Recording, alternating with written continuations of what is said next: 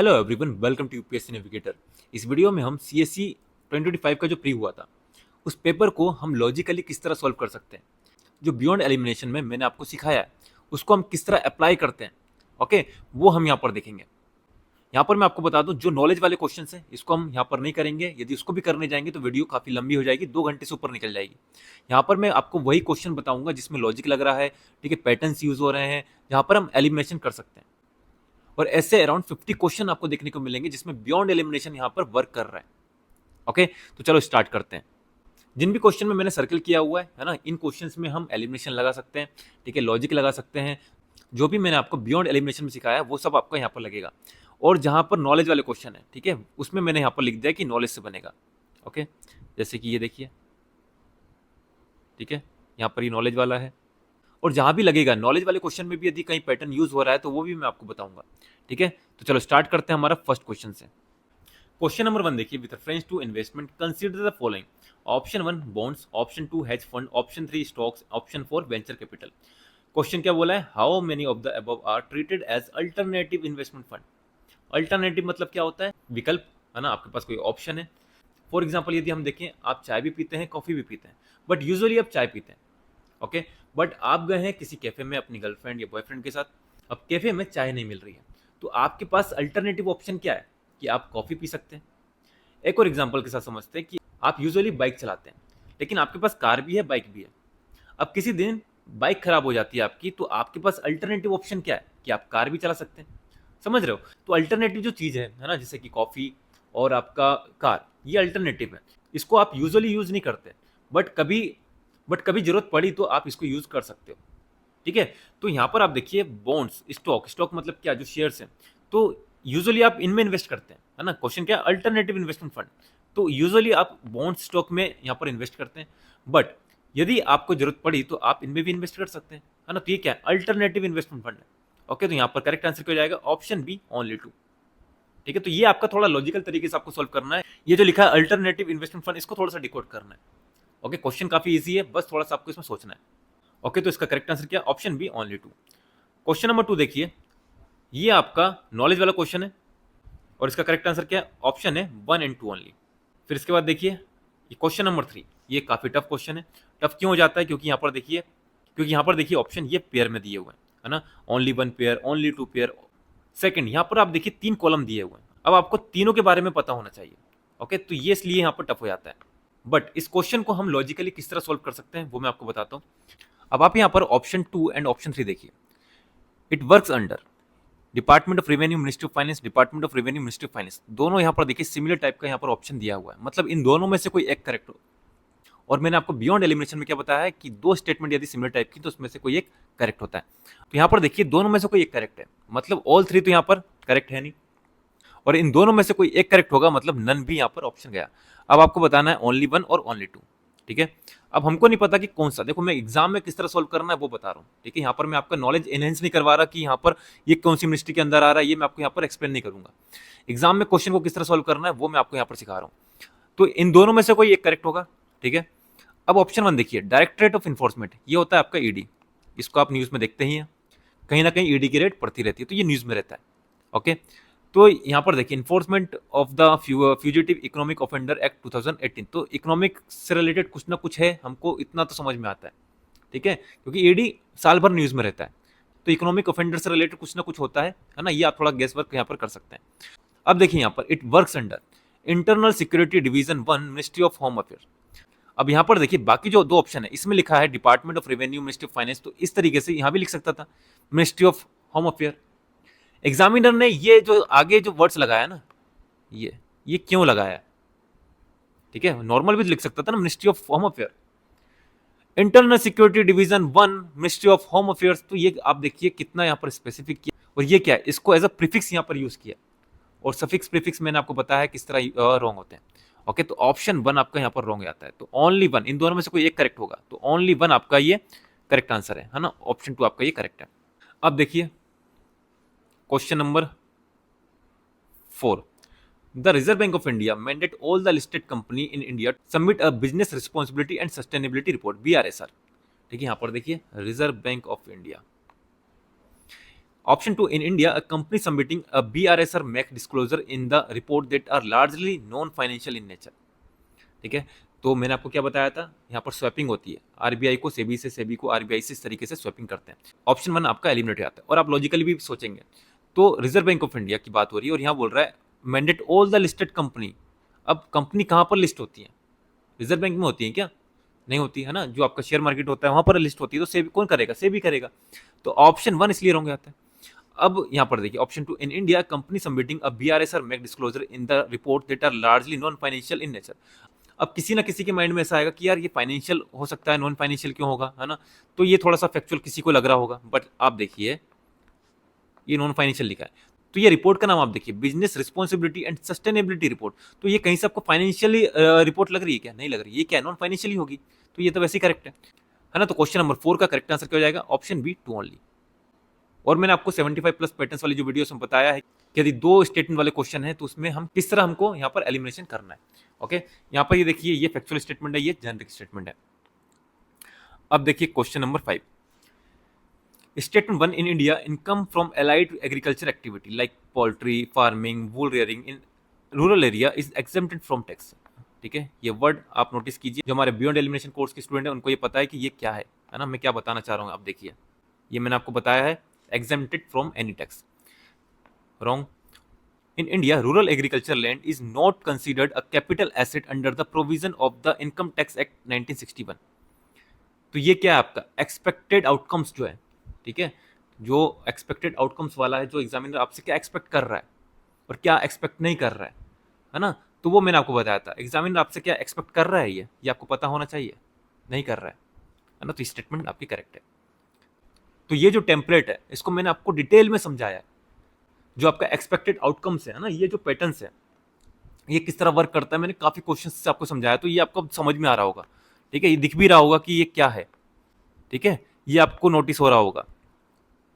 तो जो आप सोच रहे थे कि 2025 में वर्क कर रहा है या नहीं कर रहा, जो प्रीवियस ईयर क्वेश्चन पेपर है वहां तो कर रहा है, 2025 में कर रहा है या नहीं कर रहा है, तो देखो कितने क्वेश्चन मैंने आपको अभी तक करवा दी, सब में कर रहा है। ठीक है, और 2026 का एग्जाम होगा उसमें भी करेगा। बट आपको यहाँ पर क्या करना है, जितनी भी वीडियोस मैंने आपको प्रोवाइड की है उसकी प्रैक्टिस करनी है अच्छे से। अभी भी 3-4 दिन बाकी है, आराम से उसको अच्छे से प्रैक्टिस कीजिए। ठीक है, एग्जाम में आपको खुद ऐसा दिखेगा जो मैं आपको यहाँ पर दिखाना चाह रहा हूँ। ठीक है, तो यहाँ पर करेक्ट आंसर क्या हो जाएगा? Option D, statement 1 is not correct but statement 2 is correct. फिर देखिए question number 6, India has join the mineral security partnership as a member. India is a resource-rich country in all the 30 critical mineral that it has identified. तो 30 critical mineral में हम यहाँ पर resource rich हैं, ये एकदम एक्सट्रीम बात कर दिया। जितने भी क्रिटिकल मिनरल्स हैं ना, ऑल द 30 क्रिटिकल मिनरल्स में हम रिसोर्स रिच हैं, तो ये क्या एक्सट्रीम, बहुत ज्यादा एक्सट्रीम बात कर रहा है। तो यदि ऑप्शन 2 आप एलिमिनेट करते हैं, ये गया, ये गया, ये भी गया, 1 एंड 3 आपका ही करेक्ट आंसर है। अब यहाँ पर देखिए, the parliament in 2023 has amend the mines and minerals act 1957 empowering the central government to exclusive auction mining lease and composite licence for certain critical mineral. अब ये एग्जामिनर आपसे एक्सपेक्ट कर रहा है कि आपको ये एक्ट के बारे में पता हो, 2023 में हुआ था, एग्जाम हो रहा है 2025 में, आपसे एक्सपेक्ट कर रहा है क्या? नहीं कर रहा है। तो ये क्या है? ठीक है, 2 क्वेश्चन आपको दिखा दिए मैंने एक्सपेक्टेड आउटकम्स वाले। और ऑप्शन 1 की बात करें, यदि एग्जामिनर को इस स्टेटमेंट को रॉन्ग बनाना होता तो वो क्या करता मालूम है?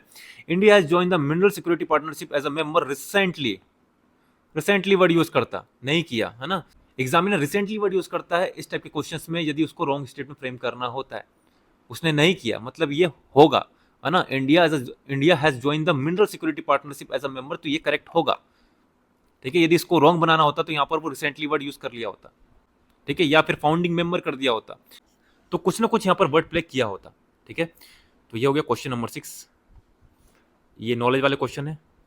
क्वेश्चन नंबर 7 आपका नॉलेज वाला क्वेश्चन है। यहाँ पर देखिए question number 8, option 1, India accounts for a very large portion of all equity option contracts traded globally, thus exhibiting a great boom. Option 2, India stock market has grown rapidly in the recent past, even overtaking Hong Kong at some point of time. क्या बोला है यहाँ पर? some point of time, कुछ time पे छोड़ा होगा, वापस नीचे आ गया, तो ये क्या कर दिया? जेनरिक कर दिया। ओके, और सेकंड चीज, ये जो स्टेटमेंट है यूपीएससी आपसे एक्सपेक्ट कर रहा है क्या? ये पता होना चाहिए। समझ रहे हो? एक्सपेक्टेड आउटकम्स क्या, जो मैंने आपको बताया था, क्या एक्सपेक्ट कर रहा है, क्या नहीं कर रहा है ना। तो ऑप्शन 2 आपका ये करेक्ट है। यूपीएससी आपसे ये एक्सपेक्ट नहीं कर रहा कि आपको ये इतना डिटेल में पता होना चाहिए कि हांगकांग को पीछे छोड़ा या नहीं छोड़ा, ठीक है। और उसने यहाँ पर देखिए at some point of time कर दिया। यदि ये वर्ड नहीं होता ना, ये लाइन नहीं होती, तो आप इसको रॉन्ग कंसिडर कर सकते थे कि इंडिया ने जो हांगकांग का स्टॉक मार्केट उसको पीछे छोड़ दिया, है ना, कंप्लीटली पीछे छोड़ दिया, तो वो स्टेटमेंट रॉन्ग हो जाती। और ऐसी स्टेटमेंट एग्जामिनर ने पहले भी फ्रेम की है, ठीक है। तो ऑप्शन 2 आपका करेक्ट है। ऑप्शन 3 देखिए, there is no regulatory body either to warn the small investor about the risk of option trading और टू एक्ट और unregistered financial adviser in the regard. तो सेबी क्या है? सेबी क्या है? रेगुलेटरी बॉडी है ना, ये तो रेगुलेट कर रही है शेयर मार्केट को। तो ऑप्शन 3 आपका एलिमिनेट होता है, ठीक है। और एग्जामिनर आपसे क्या एक्सपेक्ट कर रहा है कि आपको ये पता होना चाहिए कि कोई रेगुलेटरी बॉडी है या नहीं है, ठीक है। एग्जामिनर आपसे कतई ये एक्सपेक्ट नहीं कर रहा कि आपको ये पता हो, ये पता हो, ठीक है। तो ऑप्शन 3 आपका एलिमिनेट होता है, करेक्ट आंसर ये आ जाएगा। 3 क्वेश्चन मैंने आपको दिखा दिए कि आप एक्सपेक्टेड आउटकम से किस तरह सॉल्व कर सकते हैं। ये जेनरिक स्टेटमेंट देखो कैसी होती है। Circular economy reduce the emission of green house gases, positive statement है। सर्कुलर इकोनॉमी पॉजिटिव है, तो उससे क्या होगा, उसका जो इम्पैक्ट होगा, जो कॉन्सिक्वेंस होगा, वो क्या पॉजिटिव ही होगा। तो क्या होगा, reduces the emission of greenhouse gas because circular economy reduces the use of raw material as inputs. तो सही बात है, सर्कुलर इकोनॉमी में क्या होता है, हम रिसाइकल करते हैं, तो रिड्यूस हो जाएगा जो भी हम रॉ मटेरियल यूज कर रहे हैं, ठीक है। फिर यहाँ पर देखिए option 3, statement 3, because circular economy reduces wastage in the production process. तो ये भी सही है ना, पॉजिटिव पॉजिटिव बात कर, अच्छा अच्छा हो रहा है, ठीक है। तो यहाँ पर दोनों स्टेटमेंट करेक्ट है और दोनों एक्सप्लेन कर रहे हैं स्टेटमेंट 1 को। तो इसका करेक्ट आंसर क्या हो जाएगा, ऑप्शन ए। फिर देखिए क्वेश्चन नंबर 10, ये आपका नॉलेज वाला क्वेश्चन है। इसका करेक्ट आंसर क्या है, ऑप्शन ए 1 एंड 2, ओके। इसका करेक्ट आंसर क्या था, ऑप्शन ए, ओके। फिर देखिए ये आपका नॉलेज वाला क्वेश्चन है, तो यहाँ पर ये हिस्ट्री वाले क्वेश्चन है, ठीक है। Raja Ram Mohan Roy, non cooperation movement, ठीक है। जो विचित्र चित्ता है, मट्टा विलासा, ये क्या टाइटल्स जो हैं किसको दिए गए हैं, अगर हट्टा क्या है, ठीक है। तो ये सब क्या है, ये सब आपके नॉलेज वाले क्वेश्चन है, तो इनको हम स्किप करेंगे क्योंकि इनको यदि सॉल्व करने गए तो वीडियो 2-3 घंटे की हो जाएगी, फिर आपको ही प्रॉब्लम होगी उस वीडियो को देखने में और आप देखोगे भी नहीं। ये भी आपका नॉलेज वाला क्वेश्चन है, ठीक है। ये भी आपका नॉलेज वाला क्वेश्चन है। ये देखिए, the first Gandhara Mahavidyalaya a music training school was set up in 1901 by Vishnu Digambar Paluskar in, option है Delhi, option 2 Gwalior, option 3 Ujjain, option 4 क्या है, लाहौर। तो मैंने आपको एक और बताया था टेम्पलेट, क्या, ऑड वन आउट। यहाँ पर आप देखिए दिल्ली, ग्वालियर, उज्जैन, ये तीनों कहाँ है, इंडिया। एक अकेला दे दिया पाकिस्तान का, ये क्या है, odd one out, odd one out, ठीक। तो इससे आप सीधे आंसर तक पहुँच सकते हैं। ऑप्शन डी आपका ये करेक्ट आंसर है, ठीक है। इसी तरीके से एक क्वेश्चन आया था 2020 में, गोपाल बाबा वालंकर, ठीक है। तो वो भी इसी तरीके से आपका सॉल्व हो जाता ऑड वन आउट, क्योंकि बाकी जो 3 नाम दिए हुए थे वो आपको पता भी है, उनके बारे में आप डिटेल में पढ़ते हैं, लेकिन जो बुक क्वेश्चन में दी हुई थी, है ना, वो आपने कभी भी उनके बारे में नहीं पढ़ी थी। तो एक ही ऑप्शन था जो सबसे अलग दिख रहा था, गोपाल बाबा वालंकर, तो वो क्या था, ऑड वन आउट। उसी तरीके से आप देखिए ये क्या है, लाहौर, ऑड वन आउट, ठीक है। तो ऑड वन आउट से भी आप अपने करेक्ट आंसर तक पहुंच सकते हैं। जो आपको अलग सा दिख रहा है, पहली बार किसी का नाम सुन रहे हैं, वो कभी फिल्म में था ही नहीं, है ना, अचानक से उसकी एंट्री हो जाती है, तो वो आपका आंसर होता है, क्योंकि एग्जामिनर के माइंड में वो नाम नहीं आ रहा है ना। महात्मा गांधी, सुभाष चंद्र बोस, ये कॉमन नाम है, ये एग्जामिनर के माइंड में नॉर्मली आ जाते हैं। दिल्ली, ग्वालियर, उज्जैन, ये तीनों नाम नॉर्मली आ जाएंगे। लाहौर उसने कहीं देखा होगा, तभी उसने वो यहाँ पर लिखा है, इसलिए हम ऑड वन आउट यहाँ पर जाते हैं। और बाकी हर एक एलिमिनेशन का जो टेम्पलेट है, उसके पीछे का रीजन मैंने आपको बता दिया है ना, वो सारी वीडियोस आपने देख ली होगी, तो बार बार यहाँ पर मैं एक्सप्लेन नहीं करूंगा, ठीक है। ये आपका नॉलेज वाला क्वेश्चन है, ये भी नॉलेज वाला क्वेश्चन है। अब ये क्वेश्चन देखिए, नाटो। अब यदि आपको पता है नाटो का कि इसके अंदर कौन कौन सी कंट्रीज हैं, है ना, कौन कौन मेंबर्स हैं, तो आप इसको सॉल्व कर लोगे। बट यदि नहीं पता, है ना, नहीं पता, तो फिर क्या करें भाई, इस क्वेश्चन को क्या करें। तो आपके पास यहाँ पर एक ऑप्शन होता है प्रोबेबिलिटी का, है ना, गेम ऑफ प्रोबेबिलिटी। यहाँ पर गेम खेलेंगे किससे, प्रोबेबिलिटी से। अब देखो, तो मैंने आपको बियॉन्ड एलिमिनेशन वाले कोर्स में बताया है कि किस तरह ये प्रोबेबिलिटी वाला वर्क करता है ना। यदि 4 ऑप्शन है तो इसमें प्रोबेबिलिटी कितनी है ना, सही होने की, 2 की है, ठीक है। 5 है तो कितनी की है, 3 की है, क्वेश्चन के साथ दिखाया मैंने, ठीक है। और 6 है तो कितने की है, 4 की है, ठीक है। यदि 6 ऑप्शन है, 4 ऑप्शन की प्रोबेबिलिटी है कि वो करेक्ट हो। देखो ये कोई लॉजिक नहीं है, ठीक है, कोई टेम्पलेट नहीं है, ये ट्रिक है। ओके, ये सबसे लास्ट में यूज़ करना है कि आपको आ नहीं रहा, आपके अटेम्प्ट्स कम है, तो आपको यदि अटेम्प्ट बढ़ाना है तब आपको ये यूज़ करना है। ठीक है, मैंने आपको पहले ही बताया था हमारे 75 प्लस पैटर्न्स वीडियो में, जो हमारा बियॉन्ड एलिमिनेशन कोर्स है, कि सबसे पहले आपको यूज़ करना है नॉलेज, उसके बाद यूज़ करना है आपको जो आपका लॉजिक है, जो टेम्पलेट्स मैंने आपको प्रोवाइड किए वो, और लास्ट में यूज़ करना है ट्रिक्स। ट्रिक्स पहले यूज़ मत कर लेना, पूरे क्वेश्चन गलत हो जाएंगे। ठीक है, लॉजिक टेम्पलेट्स भी पहले यूज़ मत करना, सबसे पहले यूज़ करना है नॉलेज, उसके बाद ये सब आता है। ठीक है, तो यहाँ पर आप देखिए ऑप्शन बी ओनली 4 ये करेक्ट है ना। 6 ऑप्शन है, 4 की यहाँ पे प्रोबेबिलिटी है। यहाँ पर देखिए 6 ऑप्शन है, 4 की यहाँ पर प्रोबेबिलिटी है। और मैंने आपको ये भी बताया था कि यदि आप इस तरीके से सॉल्व करोगे, है ना, यदि ऐसे क्वेश्चन आ रहे हो और आपको बिल्कुल नहीं पता इनके बारे में, ठीक है, फैक्चुअल क्वेश्चन होते हैं क्योंकि ये, तो यदि आप ऐसे 5 क्वेश्चन लगाओगे तो आपके 3 करेक्ट हो जाएंगे, 2 रॉन्ग हो जाएंगे, और फिर भी आप नेट पॉजिटिव रहोगे। ठीक है, तो ये जो प्रोबेबिलिटी वाला गेम है ना, इसको आप लास्ट में खेलिए। यदि आपको कुछ नहीं आ रहा है, आपको पता ही नहीं है, ठीक है, कि भाई जो एंडिस माउंटेन जो है ना, कौन कौन सी कंट्रीज से पास होती है, यदि आपको नहीं पता तब आप इसको यूज़ करें, है ना। 6 ऑप्शन है तो आप 4 के साथ जा सकते हैं। ओके, यदि 5 है तो 3 के साथ जा सकते हैं। तो ये थोड़ा प्रोबेबिलिटी वाला और भी है, वो मैंने बताए हुए हैं। तो यदि आपने नहीं देखी है तो वीडियो जाके जरूर देखिए, और यदि देखिए और भूल गए तो फिर से जाके उसे रिवाइज कीजिए। ओके, यहाँ पर देखिए, अब ये क्वेश्चन देखिए, through how many of them does the equator pass, कौन कौन सी यहाँ पर जो लेक है, वाटर बॉडीज है जो इक्वेटर से पास होती हैं। ठीक है, अब देखो 3 यदि ऑप्शन है तो उसमें प्रोबेबिलिटी क्या है, 1 की करेक्ट होने की होती है। ठीक है, और मैच द फॉलोइंग होते हैं, उसमें चांसेस ज़्यादा होती है कि 1 करेक्ट हो, 3 ऑप्शन है तो 1 करेक्ट हो, क्योंकि क्या होता है, स्वैपिंग कर दी जाती है। ठीक है, ये मैंने आपको बताया था। अब यहाँ पर आप देखिए, यहाँ पर इसका करेक्ट आंसर है ऑप्शन डी, नन। अब मैंने आपको क्या बताया था, अभी ऊपर ही बताया था कि भाई यदि आप 5 क्वेश्चन अटेम्प्ट करते हो ऐसे, तो 3 करेक्ट होंगे, 2 रॉन्ग होंगे, तो ये जो क्वेश्चन रॉन्ग हुआ है ये आप 2 में ही काउंट कीजिए, क्योंकि ये जो नन वाला ऑप्शन होता है ना, ये 1% ही चांस है कभी ये करेक्ट हो, 99% नन ऑप्शन कभी करेक्ट रहता नहीं है। ठीक है, तो ये थोड़ा सा मुझे आपको बताना था कि प्रोबेबिलिटी किस तरह हम यूज कर सकते हैं क्वेश्चन पेपर में। ओके, तो इसका करेक्ट आंसर क्या है, ऑप्शन डी, नन। और ये 1% चांस ही मैंने आपको बताया। ठीक है, नन के साथ आप रेयर ही जाएं, है ना। यदि आपको आप बिल्कुल कंफर्म है कि हाँ नन हो सकता है, तब ही जाएं। नन आप देखेंगे पूरे पेपर में 1% चांस होगा कि कोई करेक्ट हो। ठीक है, 100 में से कोई एक क्वेश्चन ऐसा मिलेगा नन ऑप्शन है उसका। ठीक है, अब हम देखते हैं नेक्स्ट क्वेश्चन। ये सारे आपके नॉलेज वाले क्वेश्चन हैं, ये भी नॉलेज वाला है। ये क्वेश्चन देखिए, स्टेटमेंट 1, स्टेटमेंट 2, स्टेटमेंट 3, ये 3 स्टेटमेंट वाले क्वेश्चन है ना। इससे लोगों को डर भी लग रहा है कैसे हमें इसे सॉल्व करना है। तो देखो, मैंने जो न्यू इरा वाली जो वीडियोस थी उसमें मैंने आपको क्या बताया था कि स्टेटमेंट 1 जो है ना, ये आपकी हमेशा करेक्ट रहेगी। ठीक है, ये स्टेटमेंट है, और इनके साथ आपको बताना है कि ये दोनों करेक्ट है या नहीं है, और करेक्ट है तो कौन सा किसको एक्सप्लेन कर रहा है, क्योंकि यहाँ पर ऑप्शन जिस हिसाब से अरेंज है, तो इसमें स्टेटमेंट 1 इनकरेक्ट हो ऐसा ऑप्शन है ही नहीं। ठीक है, तो ये एक यहाँ पर पैटर्न्स हमने आइडेंटिफाई किया है कि स्टेटमेंट 1 आपकी हमेशा करेक्ट रहेगी। अब यहाँ पर देखिए, in the context of effect of water on rock, chalk is known as a very permeable rock, whereas clay is known as quite an impermeable or least permeable rock. ठीक है, तो ये जो स्टेटमेंट है ये करेक्ट है। ठीक है, और आपको नहीं भी नॉलेज है तो भी इसको करेक्ट लेकर ही चलना है, क्योंकि यहाँ पर देखिए ऑप्शन जिस हिसाब से अरेंज है, यहाँ पर स्टेटमेंट 1 रॉन्ग हो ही नहीं सकती। ठीक है, और यदि एग्जाम में आप बैठे तो एक बार ये स्टेटमेंट को आप रीड कर लेना, स्टेटमेंट 1 रॉन्ग दे रहा है या नहीं दे रहा है। ठीक है, 2025 में एक भी क्वेश्चन ऐसा नहीं है जिसमें स्टेटमेंट 1 रॉन्ग होगी।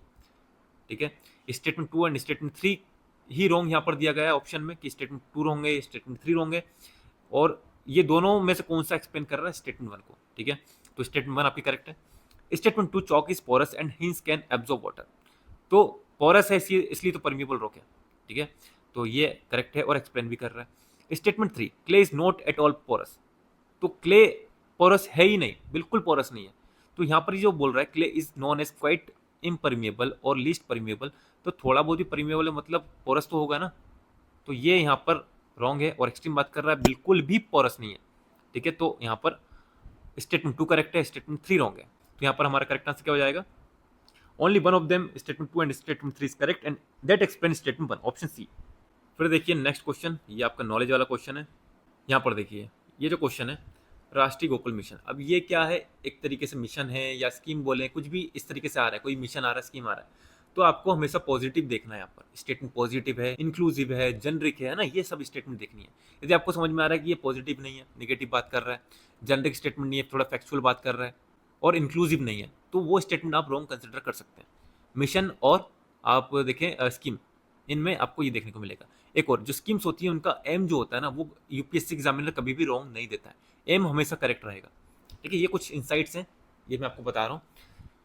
Option 1, it is important for the upliftment of rural poor as a majority of low producing indigenous animal are with small and marginal farmer and landless labours. तो ये क्या है, ये इंक्लूजन की बात कर रहा है ना, अपलिफ्टमेंट करना है जो रूरल पुअर है उनका, with small and marginal farmer. तो ये क्या है, ये जो हमारे फार्मर्स हैं, है ना, उनके अपलिफ्टमेंट की बात कर रहा है। तो यहाँ पर क्या हो रहा है, पॉजिटिव बात कर रहा है, इंक्लूसिव बात कर रहा है। तो ऑप्शन 1 आपका करेक्ट है। Option 2, it was initiated to promote indigenous cattle and buffalo rearing and conservation in a scientific and holistic manner। तो ये क्या जेनरिक स्टेटमेंट है, तो यहाँ पर correct answer option C both 1 and 2। ठीक है, तो ये मैंने आपको बताया मिशन और जो आपका स्कीम से आपको ये सोचना है। बाकी तो और भी चीज़ मैंने आपको बताई है जो हमारा 75 प्लस पैटर्न्स वीडियो उसके अंदर। ठीक है, जो सब्जेक्ट स्पेसिफिक है उसमें तो अलग है। जो मेरे पास कुछ स्टूडेंट के मैसेज आए थे कि करंट अफेयर के क्वेश्चन को किस तरह करना है, थोड़ा सा उसके ऊपर वीडियो बनाइए। तो देखो यहाँ पर आपको जितने भी करंट अफेयर क्वेश्चन है वो किस तरह सॉल्व करना है आपको समझ में आ जाएगा, है ना। जो चीज़ मैंने आपको बताई है यही सब चीज़ यूज होंगी करंट अफेयर के लिए। करंट अफेयर के लिए कुछ अलग नहीं है। जो भी मैंने आपको पैटर्न्स, टेम्पलेट, लॉजिक्स बताया है यही यूज करना है आपको। ठीक है, अब ये क्वेश्चन करंट का ही है, राष्ट्रीय गोकुल मिशन या कंटेम्प्ररी मान लीजिए। ओके, तो इसमें हमने क्या यूज किया भाई, जो मिशन है या स्कीम्स है उसमें हम यही तो देखेंगे ना जो मैंने आपको बताया। ओके, तो इस तरीके से हमको सोल्व करना है। यदि आपने वीडियो देख ली है लेकिन याद नहीं है तो आप फिर से उसको जाके वीडियोस देखिए। ओके, तो यदि कोई एस्पिरेंट हमारा बियॉन्ड एलिमिनेशन कोर्स ज्वाइन करना चाहता है, ठीक है, तो वो अभी ज्वाइन कर सकता है। आज लास्ट डे है, इसके बाद मैं एडमिशन क्लोज कर दूंगा, बिकॉज फिर एक दिन पहले वीडियो देखने से कोई फायदा नहीं है। ठीक है, आज 21 मई है ना, आपके पास 22, 23 3 दिन। ठीक है, 3 दिन है आपके पास। आप एक दिन में वीडियो देख सकते हैं, 2 दिन आप अप्लाई कर सकते हैं। ठीक है, तो आप यदि 21 तारीख को ज्वाइन करते हैं तो आपको हमारा बियॉन्ड एलिमिनेशन कोर्स मिल जाएगा। उसके बाद मैं एडमिशन क्लोज कर दूंगा, बिकॉज उसके बाद यदि कोई लेता है ना, एक दिन पहले लेता है, 2 दिन पहले, तो फिर वो यूटिलाइज नहीं कर पाएगा उस चीज़ का। जब तक कोई उसको यूटिलाइज कर सकता है ना, तब तक उसको मैं प्रोवाइड कर सकता हूँ। मुझे मालूम है कि ये चीज़ यदि 3 दिन पहले भी यदि कोई स्टूडेंट लेगा तो वो इसका यूज़ कर लेगा, बट एक दिन पहले लेगा तो यूज़ नहीं कर पाएगा, है ना, तो उसका जो मनी है वो वेस्ट हो जाएगा। इसी तरीके से जो हमारी निर्वाणा टेस्ट सीरीज है उसका एडमिशन मैंने क्लोज कर दिया था, है ना, क्योंकि एक महीने पहले यदि कोई टेस्ट सीरीज लेगा तो 40 टेस्ट कंप्लीट नहीं कर सकता, टाइम वेस्ट हो जाएगा, है ना, और मनी वेस्ट हो जाएगा। ठीक है, तो मुझे सिर्फ पैसा नहीं कमाना, है ना, आप लोगों का भी देखना है कि भाई आप लोगों का मनी वेस्ट ना हो। यदि मुझे पैसा कमाना हो, ज़्यादा पैसा कमाना हो, तो मैं तो आपको एग्जाम के एक दिन पहले रात तक जो है कोर्स आपको सेल करता रहूँ, लेकिन नहीं। जो हमारी टेस्ट सीरीज उसको मैं अभी तक, है ना, मई स्टार्टिंग तक भी मैं सेल कर सकता था, लेकिन मैंने नहीं किया। मैंने उसका 2 महीने पहले ही उसका यहाँ पर एडमिशन क्लोज कर दिया था। ठीक है, तो मेरा यहाँ पर मकसद है सिर्फ पैसा कमाना नहीं है, आप लोगों का रिजल्ट आए वो मैटर करता है। आप लोगों का रिजल्ट आएगा तो मुझे भी मोटिवेशन मिलेगा कि हाँ, मेरे जो स्टूडेंट्स हैं उनका सिलेक्शन हो रहा है। ठीक है, और मैं नहीं चाहता कि जिस तरह बाकी लोग आपको मिसगाइड कर रहे हैं मैं भी आपको वैसा मिसगाइड करूं सिर्फ पैसों के चक्कर में। नहीं, मेरा ये नेचर नहीं है। ओके, तो यदि कोई स्टूडेंट इसको ज्वाइन करना चाहता है हमारा बियॉन्ड एलिमिनेशन कोर्स, तो ज्वाइन कर सकता है। प्राइस काफी मिनिमम है ना, 649 इसका टोटल प्राइस है, इंक्लूसिव टैक्स। कोर्स का प्राइस है 599 प्लस टैक्स के साथ 649 पड़ता है। और ये जो प्राइस है काफी मिनिमम रखा है, जिससे हर एक स्टूडेंट इसको अफोर्ड कर सके, चाहे वो इंग्लिश मीडियम का हो या हिंदी मीडियम का। ठीक है, सबको देखते हुए मैंने ये प्राइस रखा है कि हर एक स्टूडेंट इसको अफोर्ड कर पाए। तो आज लास्ट डे है, इसके बाद मैं एडमिशन जो है वो क्लोज कर दूंगा। तो यदि कोई भी स्टूडेंट इसको ज्वाइन करना चाहता है तो आज ज्वाइन कर सकता है। ठीक है, इसमें मैंने 75 plus patterns, logic, templates provide की हुई हैं। सब्जेक्ट स्पेसिफिक प्रोवाइड किए हैं कि पॉलिटी में किस तरह स्टेटमेंट रॉन्ग फ्रेम करता है, इकोनॉमी में कैसे करता है ना, ज्योग्राफी, इन्वायरमेंट, हिस्ट्री, सबका मैंने अलग से प्रोवाइड किया है। स्पोर्ट्स के क्वेश्चन है उनको किस तरह यहाँ पर फ्रेम करता है स्टेटमेंट, जो स्पीसीज के क्वेश्चन है उनमें क्या करता है, तो सब कुछ मैंने यहाँ पर डिकोड किया हुआ है। ठीक है, और ये जो हमारा बियॉन्ड एलिमिनेशन कोर्स है इसमें ये पावर है कि आपका पूरा 1 ईयर ये सेव कर सकता है। तो ये कुछ मुझे बताना था, है ना। जो भी नीडी स्टूडेंट है जिसको यहाँ पर ज्वाइन करना है वो आज रात तक उसको ज्वाइन कर सकता है। अब देखिए क्वेश्चन नंबर 31, यहाँ पर देखिए statement 1, studies indicate that carbon dioxide emission from cement industry account for more than 5% of global carbon emission. अब ये स्टेटमेंट करेक्ट है, मैंने आपको बताया स्टेटमेंट 1 करेक्ट रहेगी। Statement 2, silica bearing clay is mixed with limestone while manufacturing cement. Okay. Statement 3, limestone is converted into lime during clinker production for cement manufacturing. अब देखो statement 2 ये भी करेक्ट है कि silica bearing clay is mixed with limestone while manufacturing cement. Statement 3 भी correct है, limestone is converted into lime during clinker production for cement manufacturing. अब हमको ये बताना है कि स्टेटमेंट 1 जो है इसको कौन एक्सप्लेन कर रहा है। करेक्ट तो दोनों है, दोनों एक्सप्लेन कर रही है या इनमें से कोई एक एक्सप्लेन कर रहा है। स्टेटमेंट 1 क्या बोल रहा है, studies indicate that carbon dioxide emission from cement industry account for more than 5% of global carbon emission. तो कार्बन डाइऑक्साइड जो है इसका इमिशन हो रहा है जो आपकी सीमेंट इंडस्ट्री है। अब यहाँ पर क्या बोल रहा है, यहाँ पर सिर्फ मिक्स कर रहा है, mix with limestone while manufacturing cement. Mix करने से यहाँ पर कार्बन डाइऑक्साइड नहीं निकलेगा। आप देखेंगे आप घर में भी इसको मिक्स करेंगे तो कार्बन डाइऑक्साइड निकलेगा क्या, नहीं निकलेगा, है ना। यहाँ पर आप देखिए statement 3, limestone is converted into lime during clinker production for cement manufacturing.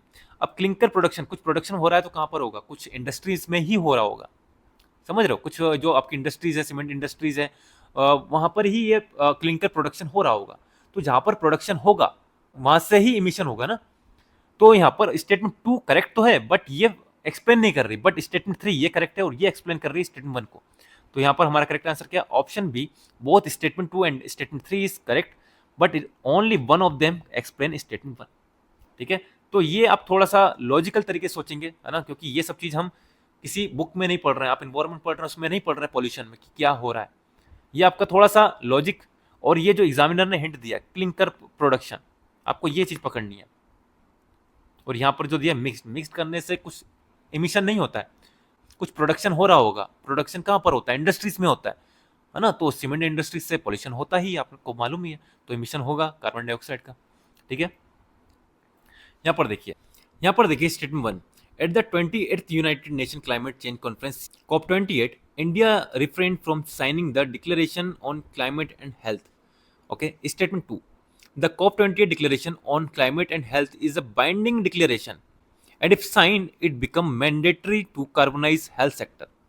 And statement 3, if India's health sector is carbonized, the resilience of its healthcare system may be compromised. तो ये मैंने आपको बताया था, डिक्लेरेशन, कन्वेंशन, है ना, इन सब में क्या डिफरेंस है, कौन सा बाइंडिंग होगा, कौन सा नॉन बाइंडिंग होगा। ठीक है, तो ये चीज आपको यहाँ पर नोटिस हुई होगी, जो चीज मैंने आपको बताई थी, बाइंडिंग, डिक्लेरेशन। ओके, तो स्टेटमेंट 2 आपकी ये रॉन्ग होती है, एंड स्टेटमेंट 3 ये आपकी करेक्ट है, if India's health sector is decarbonise the resilience of its health care system में बी कॉम्प्रोमाइज। आपके जो डेवलप कंट्री है उन्होंने तो पहले कार्बन इमिशन करते करते अच्छा खासा डेवलपमेंट कर लिया, है ना, और हमको बोल रहे हैं कि आप डीकार्बोनाइज करो। तो इससे क्या होगा, हमारा जो हेल्थ केयर सिस्टम है वो तो कॉम्प्रोमाइज होगा ना, क्योंकि अभी हमारे पास ऐसी टेक्नोलॉजी है नहीं ज़्यादा, और यदि हम डिकार्बोनाइज करें इसको तो हमारा हेल्थ केयर सिस्टम में थोड़ा सा इफेक्ट पड़ेगा ही। ठीक है, तो ये तो आप इन्वायरमेंट में पढ़ते ही। तो स्टेटमेंट 3 आपकी ये करेक्ट है ना, लॉजिकली करेक्ट है। स्टेटमेंट 2 ये मैंने आपको बताया था हमारे बियॉन्ड एलिमिनेशन में, जो डिक्लेरेशन है, कन्वेंशन है, ये कब बाइंडिंग होंगे, कब बाइंडिंग नहीं होंगे, है ना, ये सब चीज़ मैंने आपको बताई हुई। तो स्टेटमेंट 2 आपकी रॉन्ग होती है, हमारा करेक्ट आंसर क्या जाएगा, only one of the statement 2 and statement 3 is correct and that explain statement 1। तो ये आपका करेक्ट आंसर है। ये आपका ज्योग्राफी का क्वेश्चन है, नॉलेज वाला क्वेश्चन है। ठीक है, ये आर्टिकल 6 ये भी नॉलेज वाला क्वेश्चन है, इसको बाकी आप कर सकते हैं नॉर्मली। स्टेटमेंट 1 देखिए, article 6 of the Paris agreement on climate change is frequently discuss in global discussion on sustainable development and climate change. Statement generic है, करेक्ट है, मैंने आपको बताया स्टेटमेंट 1 करेक्ट ही रहेगी। स्टेटमेंट 2 देखिए, because article 6 of the Paris agreement on climate change set out the principle of carbon market, तो ये correct है। Statement 3, because Article 6 of the Paris Agreement on Climate Change intend to promote inter-country non-market strategy to reach their climate target, तो ये भी correct है, और दोनों explain कर रही हैं स्टेटमेंट 1 को। ठीक है, तो ये आपका करेक्ट आंसर है। ये नॉर्मल इजी क्वेश्चन था। ये मैंने आपको बताया था, जो हमारा ऑर्गेनाइजेशन वाला जो वीडियो था, टेम्पलेट्स मैंने आपको प्रोवाइड की थी कि कौन कौन से ऑर्गेनाइजेशन करेक्ट होते हैं, है ना। IBRD ये आपका कभी नहीं होगा, न्यू डेवलपमेंट बैंक ये भी नहीं होगा, ये भी नहीं होगा, ये आपका करेक्ट आंसर है। ये मैंने आपको पूरा क्वेश्चन के साथ बताया था कि गिनती के 5-6 ही ऑर्गेनाइजेशन है ना, वही करेक्ट होते हैं, वो आपको ऑप्शन मिलेगा वही करेक्ट है। बाकी IBRD देखते से ही इसको आप एलिमिनेट कर सकते हो। ठीक है, यहाँ पर देखिए question number 36, with reference to direct air capture and emerging technology which of the following statement is are correct. Direct air capture ये क्या टेक्नोलॉजी, इमर्जिंग टेक्नोलॉजी मतलब कुछ तो पॉजिटिव करेगी, टेक्नोलॉजी है मतलब कुछ अच्छा ही करेगी। तो यहाँ पर हमको पॉजिटिव स्टेटमेंट देखनी है।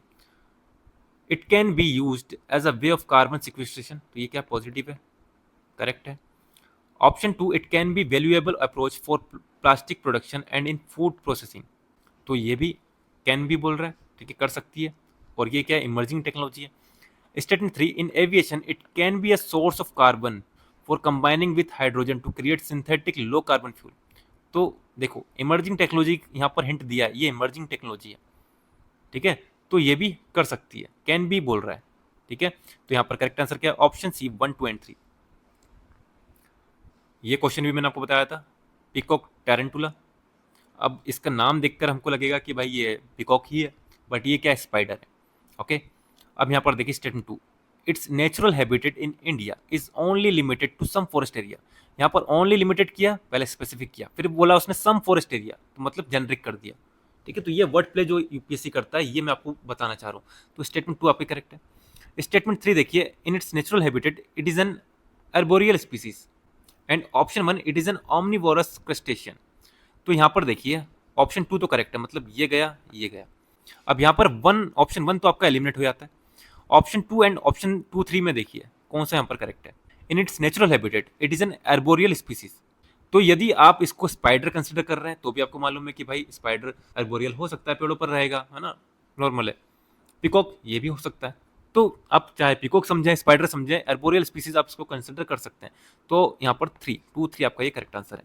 ये एग्जाम में किस तरह सॉल्व करना है वो बता रहा हूँ मैं, ठीक है। इसका एक्चुअल नॉलेज क्या है, इनहेंस करना है, वो टाइम चला गया, वो आपको पहले करना था। एग्जाम में आपकी क्या अप्रोच होनी चाहिए, हम उस पर बात कर रहे हैं।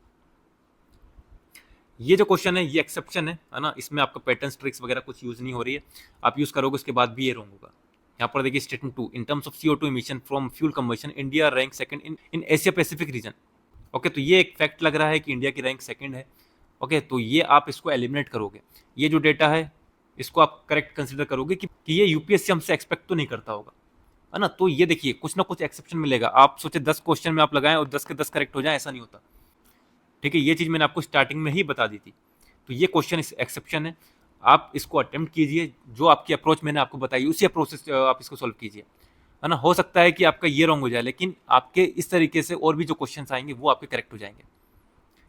जैसे कि ये क्वेश्चन है, स्टेटमेंट आप देखिए, carbon dioxide emission in India are less than 0.5 tonne CO2 per capita, ठीक है। तो इसमें हमको क्या सोचना था, जो आपका एक्सपेक्टेड आउटकम्स है, एग्जामिनर आपसे एक्सपेक्ट कर रहा है कि आपको ये इतना डिटेल्स में पता हो, नहीं एक्सपेक्ट कर रहा, आप इसको कंसिडर करके चलिए कि सही है, ठीक है। और यदि आप इसमें दिमाग लगाओगे कि हाँ ये हो सकता है नहीं हो सकता, तो स्टार्टिंग में जो मैंने आपको क्वेश्चन दिखाए थे, है ना, 3 4 5 क्वेश्चन दिखाए थे, जो जैसे ये क्वेश्चन, आप इसमें दिमाग लगाओगे कि हो सकता नहीं हो सकता, और जब आपने इसमें सोचना स्टार्ट किया तो आप इसको रॉन्ग कंसिडर करोगे। ये हो गया, ये स्टेटमेंट हो गई, ठीक है। इसके बाद और यहाँ पर देखिए ये स्टेटमेंट हो गई, है ना। तो आप इनमें भी दिमाग लगाना स्टार्ट करोगे और ये स्टेटमेंट आप रॉन्ग यहाँ पर ले लोगे, है ना। तो अपनी अप्रोच जो है वो सेम रखिए, चाहे एक आध दो क्वेश्चन रॉन्ग होगा, है ना। ऐसा नहीं है कि आप 10 क्वेश्चन में लगाओगे 10 के 10 करेक्ट होंगे। आपने एक्सपेक्टेड आउटकम्स वाला जो पैटर्न था, आपने अभी तक कितने क्वेश्चन में लगा लिया, उसमें से सिर्फ एक क्वेश्चन ही रॉन्ग हुआ है, ठीक है। और यदि आप ये नहीं लगाओगे तो आपके जो रॉन्ग होने के चांस है ना, ये ज़्यादा हो जाएंगे, ठीक है। तो जो अप्रोच है इसको सेम रखिए, इसको चेंज करने की जरूरत नहीं है। मैंने स्टार्टिंग में बोला है 10 में से 10 करेक्ट नहीं होंगे, 10 में से 7 हो सकते हैं, नेट पॉजिटिव रहना है, ठीक है। हमें 100 के 100 क्वेश्चन करेक्ट नहीं करना है, हमको 60 करेक्ट करना है, 30 रॉन्ग करना है, 10 क्वेश्चन को स्किप करना है, ये आपका टारगेट होना चाहिए, ओके। तो ये आपका जो क्वेश्चन है ये एक्सेप्शन है। अब यहाँ पर देखिए 1 2 3 4 5 में से करेक्ट होने की चांस कितने की है, 3 की, ओके। तो देखो ये जो पेयरिंग वाले क्वेश्चन हैं, है ना, ये एकदम फैक्चुअल क्वेश्चन है, इसमें ये वर्क कर रहा है। अभी तक जितने क्वेश्चन लगाए हैं सब में कर रहा है, सिर्फ एक क्वेश्चन को छोड़कर।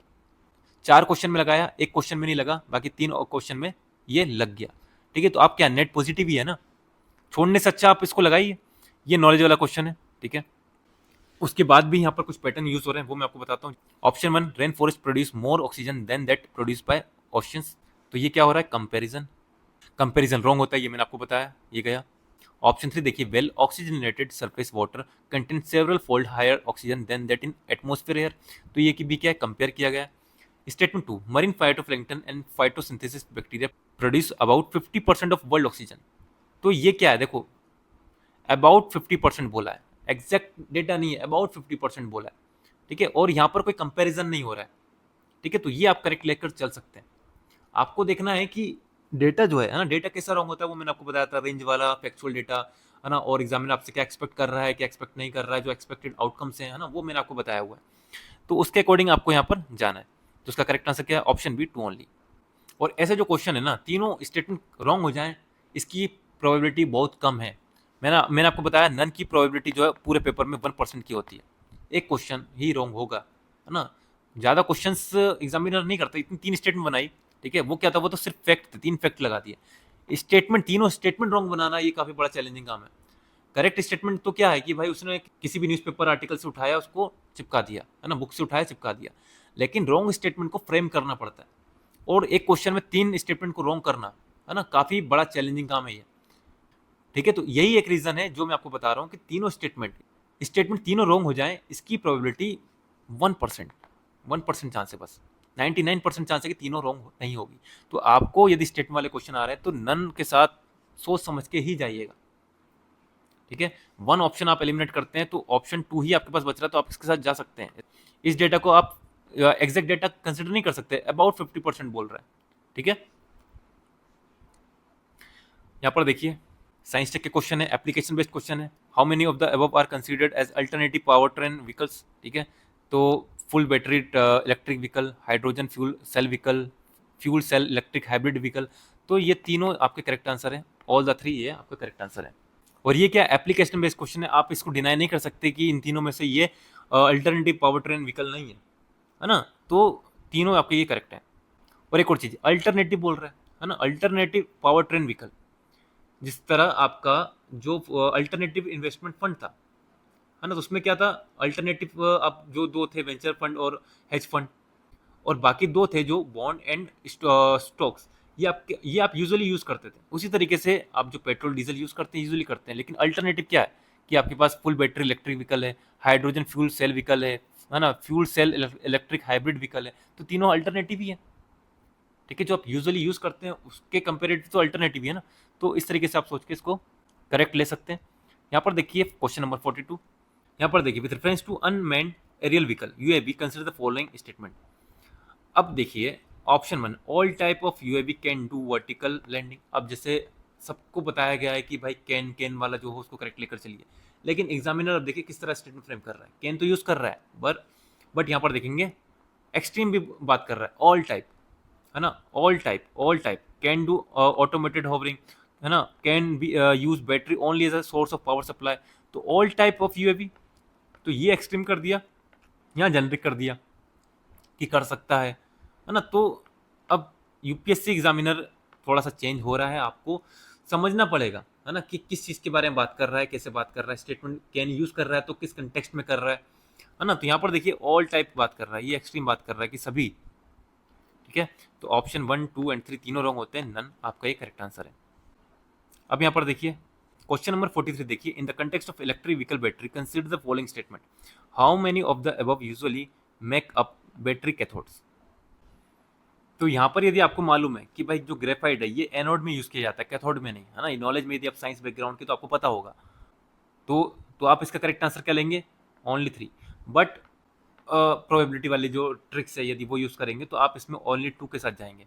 भले रॉन्ग हो जाए, है ना, उससे फ़र्क नहीं पड़ता। आपके 5 आपने अटेम्प्ट किए हैं, उसमें से आपके 3 करेक्ट हैं, 2 रॉन्ग हुए हैं। ठीक है, तो इतना चलेगा। छोड़ने से अच्छा अटेम्प्ट कीजिए, है ना, थोड़ा सा आप रिस्क लीजिए। यदि आप रिस्क ही नहीं लोगे तो 5 जो क्वेश्चन है इनको आप अटेम्प्ट ही नहीं करोगे। अभी तक हमने 5 क्वेश्चन अटेम्प्ट किए। यदि आप रिस्क नहीं लेते तो आप 5 क्वेश्चन भी अटेम्प्ट नहीं करते। ठीक है, यहाँ आपके 3 करेक्ट हुए हैं, 2 रॉन्ग हुए, तो आपके पास कम से कम यहाँ पर नेट पॉजिटिव हो। लेकिन यदि आप इसको अटेम्प्ट ही नहीं करोगे 5 क्वेश्चन, तो ये 3 करेक्ट ही नहीं होंगे। तो एग्जाम में आप क्या करोगे, एग्जाम की अप्रोच क्या होनी चाहिए वो मैं आपको बता रहा हूँ। और यदि नॉलेज है तो ओनली 3 आपका ये करेक्ट आंसर है। ठीक है, इसके बाद देखिए, अब इसको देखिए, cigarette birds, eye glasses, lens, car tyres, how many of them contain plastic. अब ये जो क्वेश्चन है ये किस टाइप का क्वेश्चन है? जो क्वेश्चन नंबर 41 है। इन तीनों में आप डिनाई नहीं कर सकते कि भाई ये कि इनमें प्लास्टिक यूज होती है या नहीं होती, आप डिनाई नहीं कर सकते। ठीक है, तो ऐसे क्वेश्चन में ऑल ऑफ द अबव के साथ ही जाना है। यहाँ पर देखिए, ethanol, nitroglycerine and urea, coal gasification technology can be used in the production of how many of them. तो ये जो क्वेश्चन है ये क्वेश्चन नंबर 44 जो था, है ना, इसी के टाइप का क्वेश्चन है। इसमें भी आप डिनाई नहीं कर सकते कि भाई इसमें नहीं होता होगा, आपको नहीं पता ना, ये आप इतना डिटेल में तो नहीं पढ़ रहे हैं साइंस की कोल गैसिफिकेशन टेक्नोलॉजी किस इनमें यूज हो रही है या नहीं हो रही है, इथेनॉल प्रोडक्शन में, नाइट्रोग्लिसरीन में, यूरिया में। ओके, तो ऐसे क्वेश्चन में देखो एग्जाम में ये अप्रोच होनी चाहिए। क्वेश्चन रॉन्ग होंगे, है ना, मैंने आपको क्या बोला 60 करेक्ट करना है, 30 रॉन्ग करना है, तो यदि रॉन्ग होंगे ना तो आपके 30 में आप काउंट कीजिए, ठीक है। एग्जाम में अप्रोच चेंज नहीं करना है, ऑल 3 मारिए। आपका ये करेक्ट हुआ, ये करेक्ट हुआ, उसमें एक रॉन्ग हुआ, ठीक है। सेम अप्रोच से देखिए, 2 क्वेश्चन करेक्ट हुए और एक आपका रॉन्ग हो गया, तो तब भी नेट पॉजिटिव हो। तो यही चीज मैं आपको समझाना चाह रहा हूँ, ये चीज दिखाना चाह रहा हूँ। इस पेपर को सोल्व करने का जो मोटिव है यही है कि आप सीखें कि क्वेश्चन पेपर को किस तरह हमको अटेम्प्ट करना है। यहाँ पर देखिए, ये जो क्वेश्चन है मैंने आपको बियॉन्ड एलिमिनेशन में करवा दिया था, है ना। तो इसका करेक्ट आंसर क्या है? Option B, this are explosive in military weapons. तो इसको यहाँ पर मैं एक्सप्लेन नहीं करूंगा, काफी लंबा वीडियो हो जाएगा एक्सप्लेन करने जाऊंगा तो। अब देखिए क्वेश्चन नंबर ये, question number 47, it is expected that Majorana of one chip will enable quantum computing, ठीक है। तो ये जनरिक स्टेटमेंट है, करेक्ट होगा।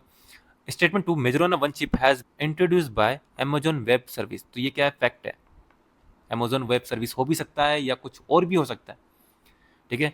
Option 3, deep learning is the subset of machine learning. तो ये तो हमारे नॉलेज में है ना, डीप लर्निंग जो है सबसेट है मशीन लर्निंग का। और ये जेनरिक स्टेटमेंट भी, ऐसा कुछ फैक्ट है नहीं है। फैक्ट कहाँ पर दिख रहा है आपको? ये ओके। तो यहाँ पर हमारा जो फैक्ट होता है वो रॉन्ग होता है, ये मैंने आपको बताया था। 1 एंड 3 आपका ये करेक्ट आंसर है। यहाँ पर देखिए question number 48, with reference to monoclonal antibody often mention in news, consider the following statement, ठीक है। Monoclonal antibody, option 1, they are man made proteins. अब ये जो स्टेटमेंट है ना, ये किस तरीके की स्टेटमेंट आपको पता है? 2022 में क्वेश्चन आया था गुची, उसका एक स्टेटमेंट था, फर्स्ट स्टेटमेंट ही था, इट इज अ फंगस। तो आप देखो ऐसी स्टेटमेंट आ रही है तो कंसिडर कर लो कि हाँ भाई होगा, है तभी तो एग्जामिनर ने पूछा है ना, फंगस होगा इसलिए उसने एग्जामिनर ने फंगस लिखा है उसमें। सेम आप यहाँ पर देखिए, सिमिलर टाइप की है ना, ये दिया antibody, they are man made protein, तो मान लीजिए हाँ भाई होगा, मेन मेड प्रोटीन ही होगा। ऐसा कुछ ये फैक्ट दिख नहीं रहा कि मैन मेड प्रोटीन नहीं है, आपके माइंड में कोई अल्टरनेटिव भी नहीं आएगा कि इसको आप डिनाई करें, तो ऑप्शन 1 आप करेक्ट ले सकते हैं। Option 2, they stimulate immunological function due to their ability to bind to specific antigen. तो ये क्या है? जनरिक स्टेटमेंट है। Option 3, they are used in treating viral infection, ठीक है, like that of Nipah virus. तो निफा वायरस क्या है? वायरल है, और ये क्या बोल रहा है? वायरल इन्फेक्शन की बात कर रहा है, ये एग्जाम्पल दिया सिर्फ उसने, उसका मेन पॉइंट क्या है? They are used in treating viral infection, example दे दिया कि भाई निफा वायरस। ओके, तो ये भी आपकी करेक्ट है, 1, 2 एंड 3 आपका ये करेक्ट आंसर है। अब यहाँ पर देखिए question number 49, no virus can survive in ocean water, can no virus can infect bacteria, no virus can change their cellular transcriptional activity in host cell, है ना। तो यहाँ पर इसका करेक्ट आंसर क्या हो जाएगा? नन। ये वैसे ही क्वेश्चन है जैसा कि यहाँ पर आपने देखा था, all type of UAV can do vertical landing, है ना। तो ऑल यूज कर रहा है, कैन यूज कर रहा है, यहाँ पर क्या बोल रहा है? यहाँ पर नो यूज कर रहा है और कैन यूज कर रहा है, ठीक है। तो ये सब एक्सट्रीम बात कर रहा है, एक्सट्रीम स्टेटमेंट रॉन्ग होती है। यहाँ पर देखिए ये जो क्वेश्चन है नॉलेज वाला क्वेश्चन है, आगे बढ़ते हैं। ये सारे क्वेश्चन नॉलेज वाले हैं, पॉलिटी के क्वेश्चन हैं, ठीक है। यहाँ पर ये क्वेश्चन देखिए, कॉन्स्टिट्यूशन ऑफ इंडिया, ये क्या एक्सेप्शन है? यूट्यूब पर काफ़ी चला कि भाई कॉन्स्टिट्यूशन ऑफ इंडिया दिखे उसे एलिमिनेट कर दो, तो एग्जामिनर ने ये यूज़ कर लिया, लो कॉन्स्टिट्यूशन ऑफ इंडिया। और एक्सट्रीम क्या? Explicitly mention that in certain sphere the governor of a state act his और हर ऑन डिस्क्रिप्शन, ठीक है। तो यहाँ पर एग्जामिनर ने कॉन्स्टिट्यूशन ऑफ इंडिया भी यूज़ किया, एक्सप्लिसिटली मेंशन भी यूज़ किया कि आपको और ये स्पेसिफिक लगे उसका आप एलिमिनेट कर दें। लेकिन मैंने आपको जो पॉलिटी की स्पेसिफिक टेम्पलेट्स उसमें मैंने आपको स्टार्टिंग में ही बोल दिया कि पॉलिटी में ये सब ज़्यादा यूज़ मत करना, ठीक है। एक्सट्रीम वर्ड जो होते हैं ना वो सही होते हैं पॉलिटी में, पॉलिटी को नॉलेज से ही सॉल्व करना है, ठीक है। और जो मैंने आपको 7 पैटर्न बताए हैं, है ना, यदि वो यूज हो रहे हैं तो आप कीजिए। एक्सट्रीम वर्ड देखकर यदि एलिमिनेट करोगे तो खुद एलिमिनेट हो जाओगे, है ना। मैंने आपको अच्छे से बताया उसमें, सिर्फ जो 7 टेम्पलेट बताई हैं ये यूज हो तो आप कीजिए, वरना उसमें कुछ छेड़छाड़ मत कीजिए। पूरा जो आपका पॉलिटी है नॉलेज से ही सॉल्व होगा, ठीक है। सारे नॉलेज वाले क्वेश्चन है।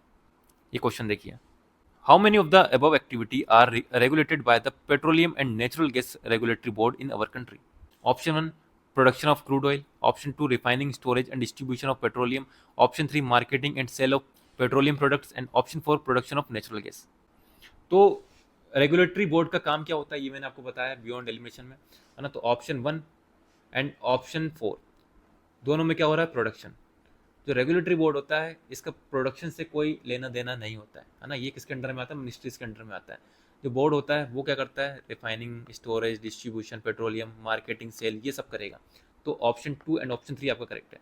तो यहाँ पर आपका करेक्ट आंसर क्या हो जाएगा, ऑप्शन बी ओनली 2।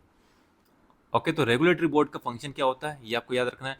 मैंने आपको ये भी बताया है कि जो आपकी काउंसिल होती है, जो आपकी कमेटी बोर्ड होते हैं, है ना, उनको कौन चेयर करता है। तो ये बेसिक चीज़ होती है। यदि आपको सिर्फ इतना ही मालूम है ना, इससे ही आप क्वेश्चन को एलिमिनेट कर दोगे। ठीक है, जैसे रेगुलेटरी बोर्ड का आपको यदि फंक्शन मालूम है तो आपका ये क्वेश्चन ईजिली बन जाएगा।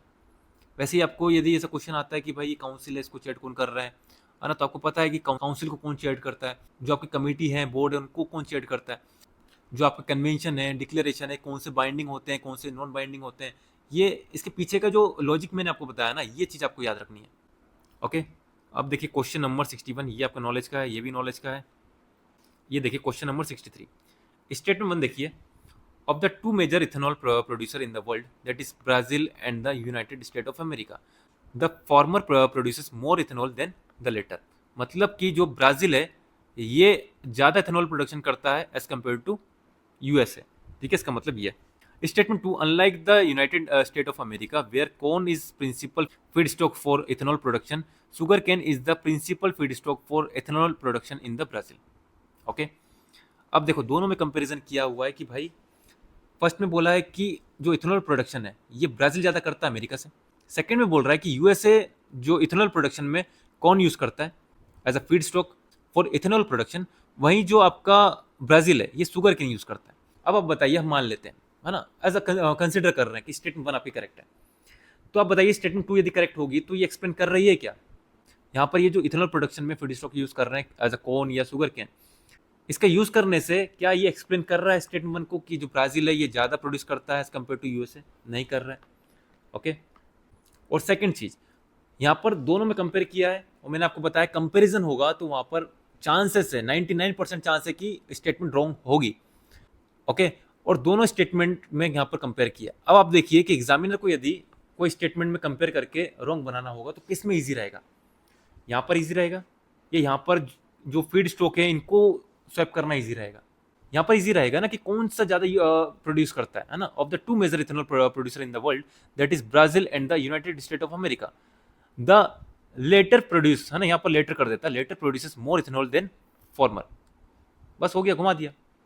तो चांसेस है कि यहाँ पर, ठीक है, कि जो रैंक होती है ना, रैंक के साथ खेलता है यूपीएससी, कि कौन आगे है कौन पीछे, रैंक के साथ खेलेगा। किसमें क्या यूज हो रहा है इससे उससे फर्क नहीं पड़ता, ये छापा हुआ स्टेटमेंट है, ये वो फ्रेम नहीं कर सकता। ठीक है, ये फ्रेम कर सकता है कि कौन किससे आगे है कौन किसके पीछे है, रैंकिंग में यूपीएससी एग्जामिनर खेलता है। ओके, तो यहाँ पर स्टेटमेंट 1 जो है आपकी ये रॉन्ग है, स्टेटमेंट 2 आपकी करेक्ट है, और दोनों स्टेटमेंट तो रॉन्ग हो नहीं सकती। तो यहाँ पर हमारा करेक्ट आंसर क्या, ऑप्शन डी। अब देखिए नेक्स्ट क्वेश्चन हमारा, ये जो क्वेश्चन है, the World Bank want that India could become one of the first place where wet bulb temperature routinely exceed 35 degrees centigrade. Which of the following statement best reflect the implication of the above said report? Option 1, peninsular India will most likely suffer from flooding, tropical cyclone and drought। तो भाई सही है, यदि ये सब होगा तो ये consequence तो आपको देखने को मिलेंगे। Statement 2, the survival of animal including humans will be affected as shedding of their body heat through perspiration become difficult। तो ये भी करेक्ट है। ये जो निगेटिव है ना, ये निगेटिव है, तो निगेटिव का इम्पैक्ट निगेटिव ही होगा, है ना। दोनों स्टेटमेंट यहाँ पर करेक्ट है। इसके बाद ये नॉलेज वाला क्वेश्चन है। अब देखिए ये question, 15th finance commission, option 1 देखिए, it has recommended grant of 48 crore from the year 22-23 to the year 25-26 for incentivising state to enhance educational outcome. Statement 3, 45 crore are to be kept as performance based incentives for all state for carrying out agriculture reform. अब जो मैंने आपको expected outcomes में बताया था, examiner आपसे क्या expect करता है, ठीक है, स्टेटमेंट 1 करता है क्या, नहीं करता, स्टेटमेंट 3 करता है क्या, नहीं करता, तो हमें इसमें सोचना ही नहीं है। ओके, ऐसे स्टेटमेंट को क्या करना है, 1 and 3 करेक्ट है, ठीक है, तो इसमें 1 नहीं है, ठीक है, इसमें 3 नहीं है। अब हमको देखना है 1 2 3 एंड 1 3 4। अब देखो 15 फाइनेंस कमीशन में एग्जामिनर आपसे क्या एक्सपेक्ट कर रहा होगा, आप ये बताइए कि 45% of the net proceed of union taxes are to be shared with state. तो 45 है या इससे कम है ना, या इससे ज़्यादा है, ये पता होना चाहिए। तो एग्जामिनर आपसे ये एक्सपेक्ट कर रहा है तो ये कितना है 41%, ठीक है 41% है।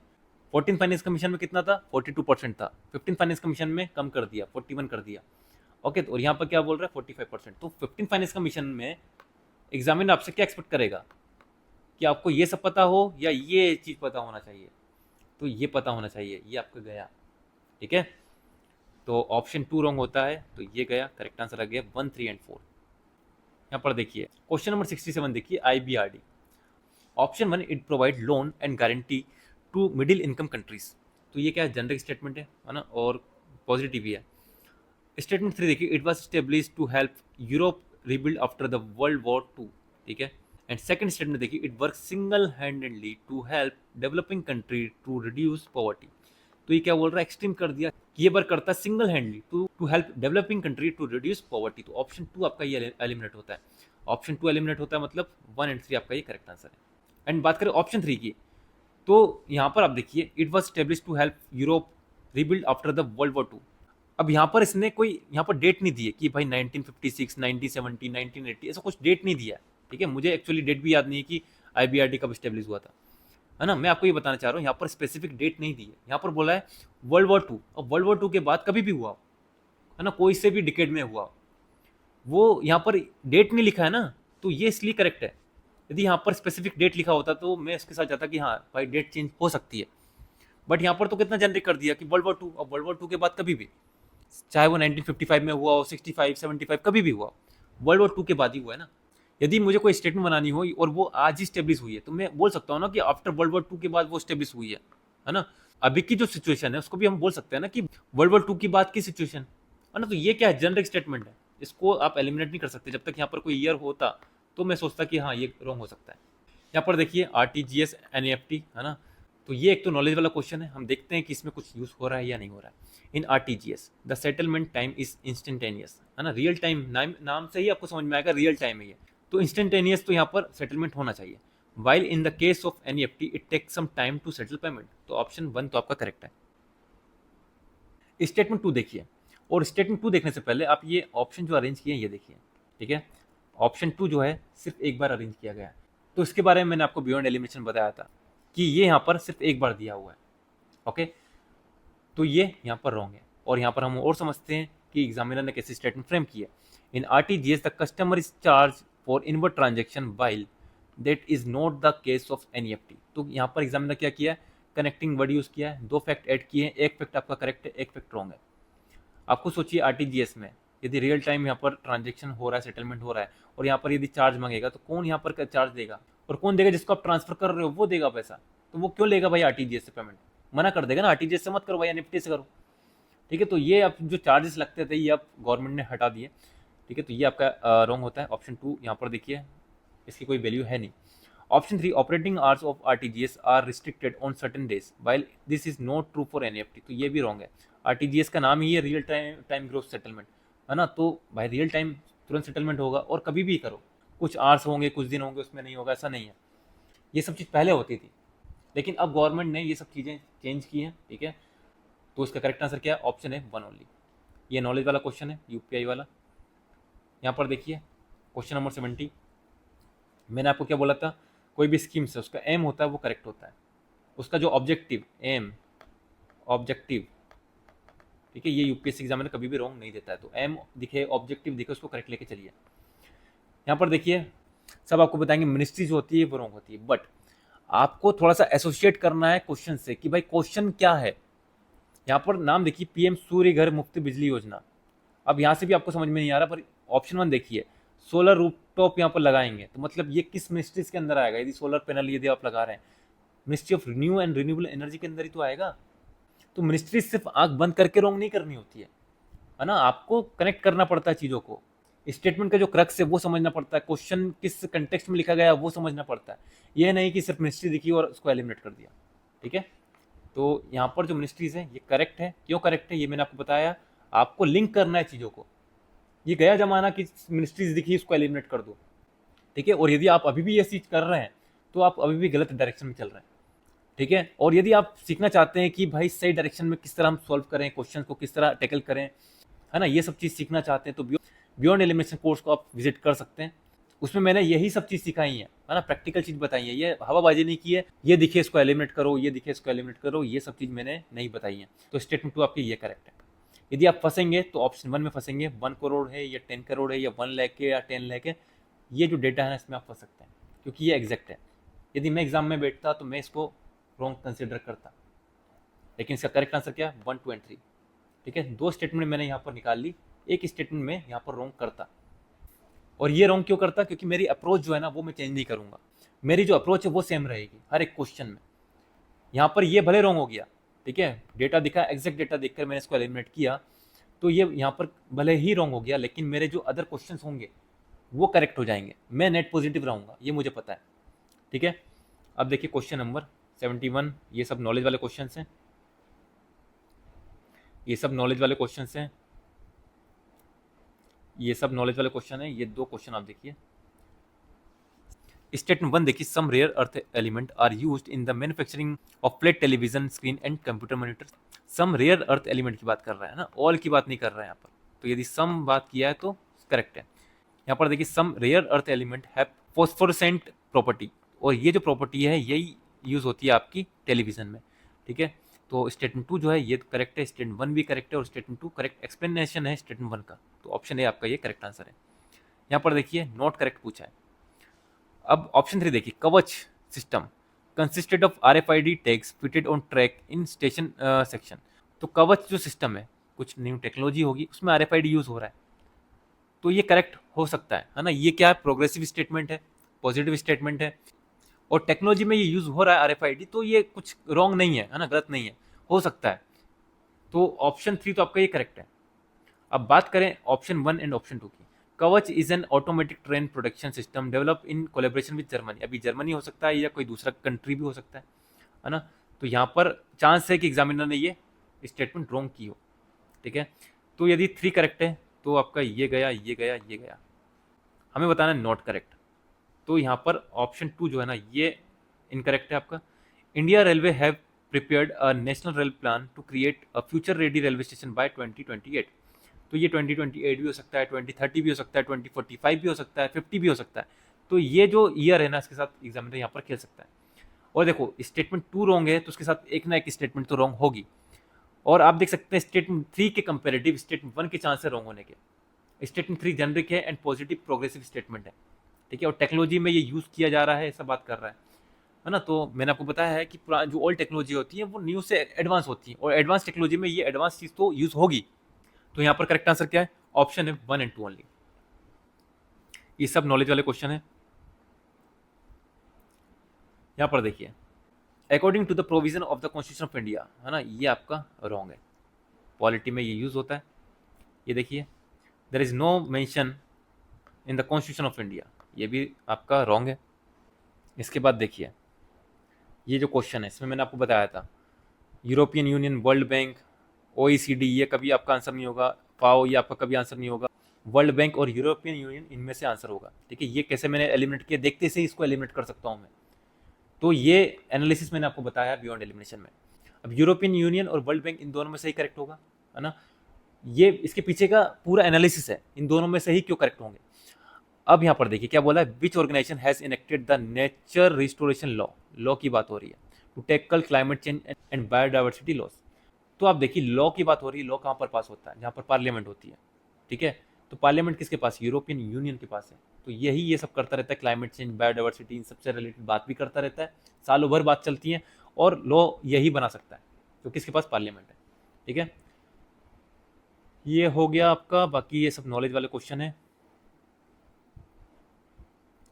ये सब नॉलेज वाले क्वेश्चन है। यहाँ पर देखिए बिम्स्टेक।